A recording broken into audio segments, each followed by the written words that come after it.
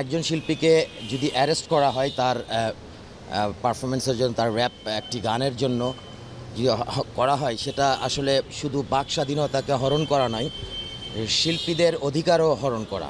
মিউজিশিয়ানরা এখানে সবাই জড়ো হয়েছে কিন্তু একটা কারণে, সেটা হচ্ছে আমরা ছাত্রদের পাশে থাকতে চাই, ওদের সঙ্গে থাকতে চাই, ওদের যে সাপোর্টটা দরকার সেটা আমরা দিতে চাই, সেটা এবং শান্তিপ্রিয়ভাবে যতটা সম্ভব, এবং ওদের যে দাবি আছে সেগুলো যাতে ওরা পায় সেটাই আমরা চাই। এবং সেটার জন্য আমাদের যদি কিছু করতে হয় আমরা করব।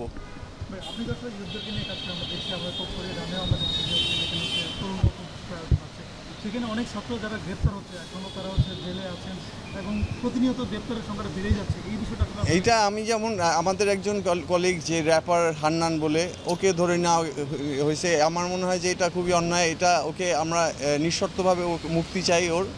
তো এবং মানুষ যাতে, আমরা তো শিল্পী, আমরা আমাদের কাজ হচ্ছে ছবি আঁকা, গান করা, এইটাই আমাদের প্রতিবাদের ভাষা। তো সেইটা যদি আমরা না করতে দেওয়া হয় তাহলে খুবই বিপদ। এবং এইটা চাই যে আমরা হান্নানকে ছেড়ে দেওয়া হোক, এটা একটা আমাদের দাবি।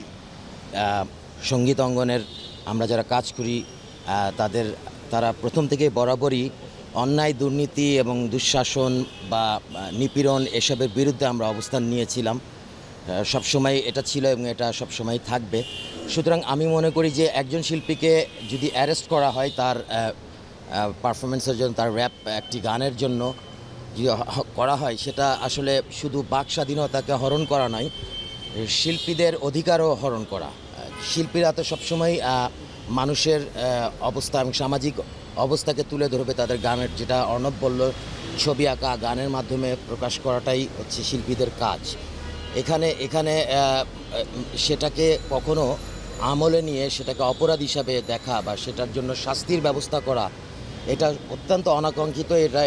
এর আগে কখনো আমরা শুনিনি বা এটা আমরা কখনো আশা করি না, এবং এটা কখনো যেন না হয় বাংলাদেশে, সেই কামনা রইল যে অন্তত শিল্পীদের কথা বলার অধিকারটা যেন নষ্ট না হয়।